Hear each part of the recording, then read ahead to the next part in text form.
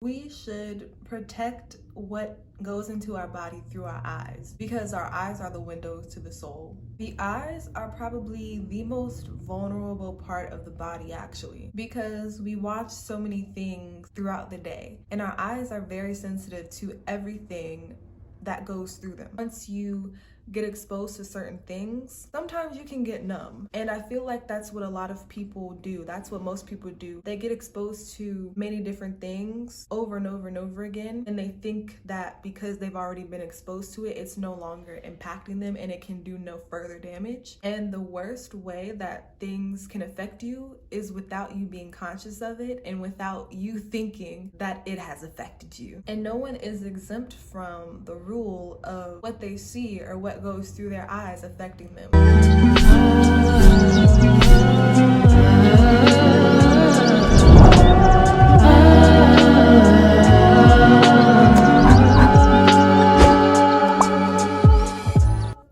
Hey y'all, welcome back to Holistic Flow.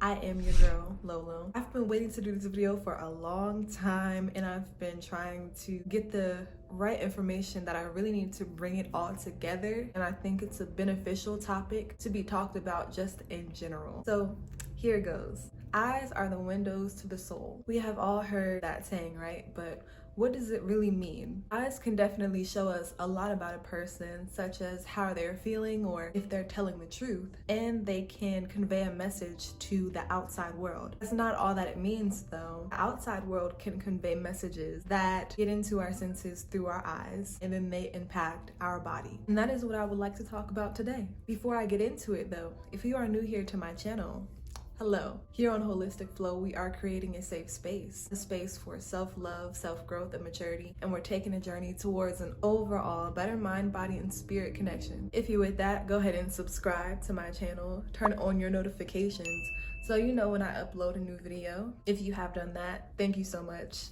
And let's get into this one.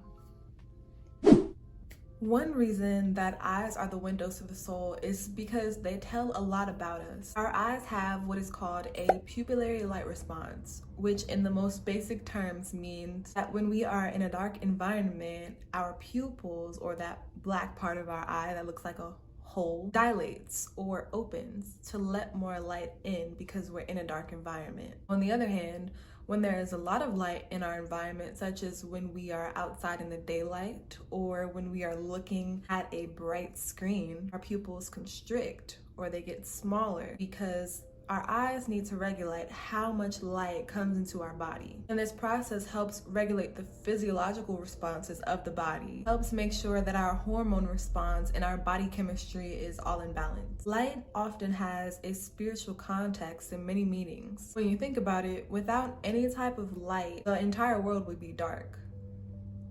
So the sun provides light for the earth and its inhabitants. Because our bodies get energy from the sun and nutrients such as calcium, phosphorus, etc., we have a similar light inside of us, a more spiritual light. When someone likes somebody else or has eyes for them, pun intended, they often say, "Oh, you light up my world." And I often think, where did that figure of speech have its origins? Talking about our spiritual light, our aura? Possibly. Returning back to the pupillary light response, take note that this response is involuntary, meaning that we don't have physical control over the response, which is an important thing to note and to remember as we go throughout the video. Another reason that eyes are the windows to the soul is that they are the most sincere part of our face, meaning that our eyes cannot lie. Eyes can convey so many things such as happiness, sadness, anger, whether or not we're telling the truth, and a whole host of other energetic reactions. If we are truly feeling sad, but we maybe want to lie and say we're feeling all right, which most of us probably do regularly, then we can change other things on our face, such as we can smile and we can raise our eyebrows to make us look happy. However, our pupils are dilated whenever we're happy and they constrict whenever we're sad. So since this thing is involuntary, we can't choose to physically dilate our pupils to look happier. And since eyes can't lie, I think that's one of the main reasons that eye contact is so important for human interaction and communication. The last reason for why eyes are considered the windows to the soul, but definitely not the least, is because depending on what goes in through our eyes can affect the chemical makeup of our body. The pupillary light response also occurs when our body is in fight or flight mode. Our fight or flight mode is a survival mechanism used when our body senses that we are in danger, and our autonomic nervous system quickly reacts so we can get ourselves out of a dangerous or harmful situation. This response includes, but is not limited to, increased heart rate, increased breathing, increased muscle tension, getting sweaty, and you guessed it, pupil dilation. So when you're walking in the woods and you see a bear out of the corner of your eyes, it's kind of like your pupil or your eyes open wider for you. It's kind of like they do a double take for you to make sure it's really seeing what you think it's seeing. Because when our pupils dilate, it helps us have a wider angle or a wider view of what is around us. Just like when we may open or close the windows in our room when it gets too hot or too cold, our body kind of opens and closes our pupils when it wants to without us even being conscious of it. According to an article by Psychology Today, pupil size depends on two things. One is visual activity, which is how well you can physically see things. And two, how well your senses can detect something and process that information. And number two is the part I would like to touch on a little bit more. The things that we see impact our body and mind. In a 2009 study, researchers showed participants high impact or emotionally provoking images and then neutral or low impact images to examine and compare the effect of these images on the brain. The researchers found that when participants looked at the high impact or emotionally provoking images, there was a larger brain response in the amygdala, which is thought to be the center of processing threatening and harmful stimuli in the brain. So just by looking at images, participants had a brain response that invoked fear, even though they were in no immediate physical danger. I did some more research on this topic and found something very interesting. According to a book called Trauma Culture: The Politics of Terror and Loss in Media and Literature by E. Ann Kaplan, when you experience cruelty and or trauma and empathize with the person who is experiencing it, whether it is in real life or through any form of media, you also experience that trauma vicariously, which means you're experiencing it through the person. However, it is in your imagination, which means it is very real to you. I made a whole video basically on how our imagination creates actual reality. And I'm sure you know that when we imagine something vividly, it can come to be. So the imagination is very powerful because it creates reality. You can say that the imagination is reality because it's just as impactful to our mental. According to a YouTube video that I will link below by The Friendly Brain, watching shows or movies puts yourself in an alternate reality. So when adverse events happen in that alternate reality, it's as if they are happening and you are actually there. Your mind does not differentiate between the real world and the fake world because the physiological responses of that adverse event that's happening in that media is the same as if it were happening to you in real life. When I was 13 years old, I remember thinking that I was a big kid and grown, so I wanted to start watching scary movies. At that time, the movie Insidious Chapter 2 just came out, and I hadn't watched Chapter 1. I didn't know what I was getting myself into, but my older brother, who is almost 5 years older than me, and my cousin, he's the same age as me, we're going to see the movie, and I wanted to see it with them too, because again, I wanted to be a big kid, so I went and saw it. It don't matter if you a big kid, a little kid, it don't matter if you 103 years old. The stuff in that movie, I don't recommend anybody watch. I still remember the response of my body and my mind to watching that movie. I was sweating, my heart was racing because that edge of the seat phenomenon that scary movies produce is real. They keep you waiting for the next jump or the next scare, and you're breathing a bit heavier than you normally do. And I would say my pupils were probably, very, very open. I definitely had the fight or flight response as if the things in the movie were happening to me, even though I was in no immediate physical danger. But I was in mental danger. We should protect what goes into our body through our eyes, because our eyes are the windows to the soul.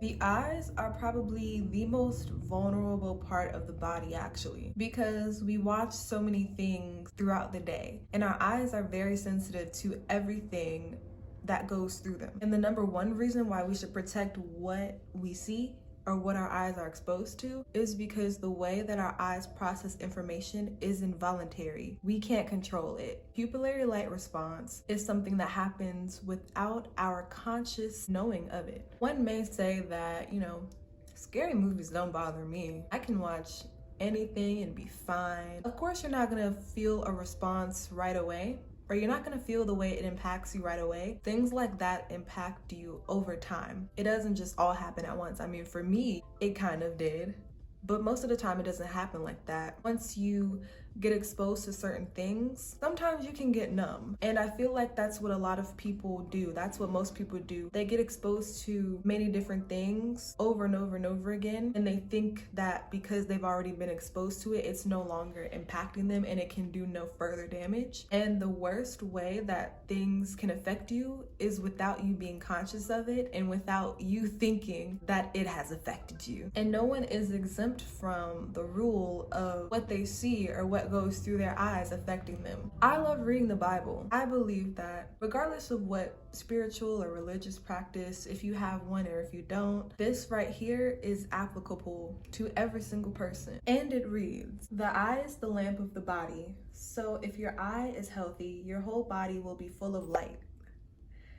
But if your eye is bad, your whole body will be full of darkness. If then the light in you is darkness, how great is the darkness!"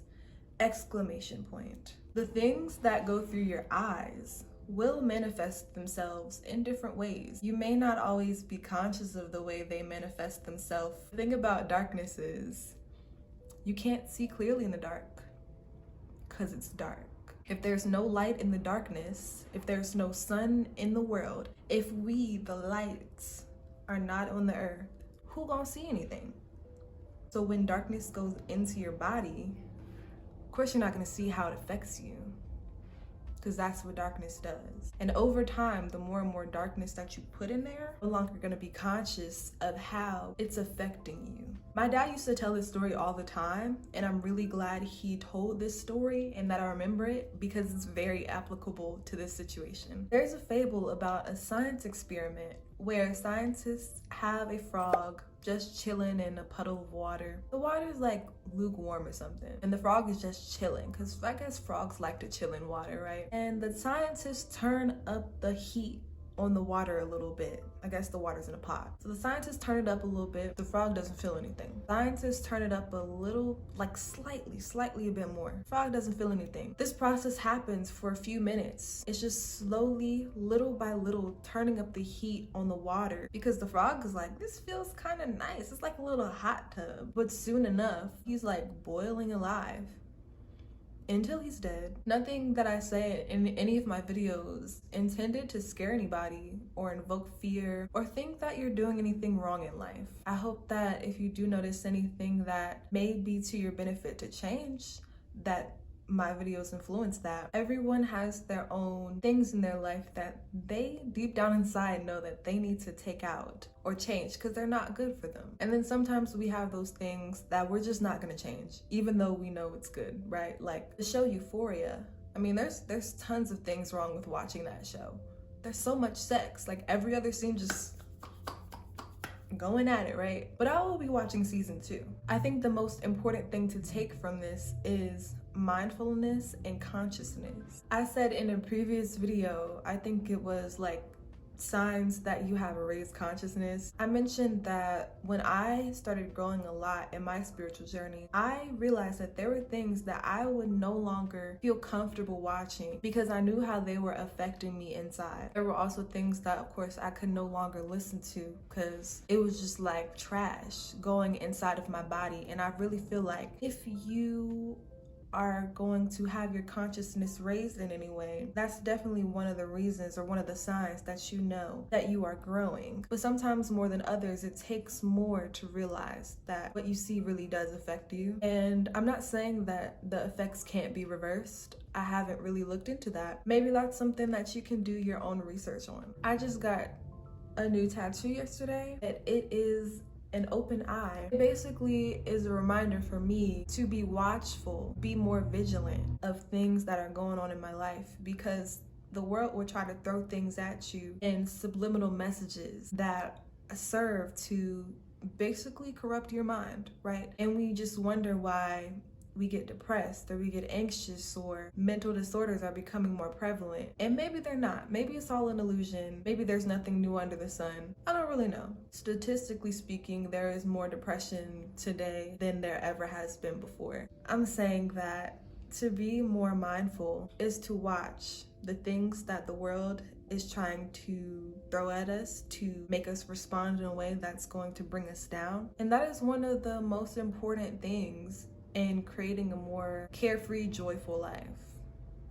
So I hope this video was enjoyable for you. I hope that you got something out of it. Let me know what you thought in the comments. I feel like this is a really, really juicy topic. And if you liked it, please give it a thumbs up by hitting the thumbs up button. All the sources that I use, like the articles and YouTube videos, I will link it all down below. And I hope to see you in my next video. Until then, I'm sending peace your way, love your way, enjoy it to you, your family, and your friends. All right, y'all. Peace.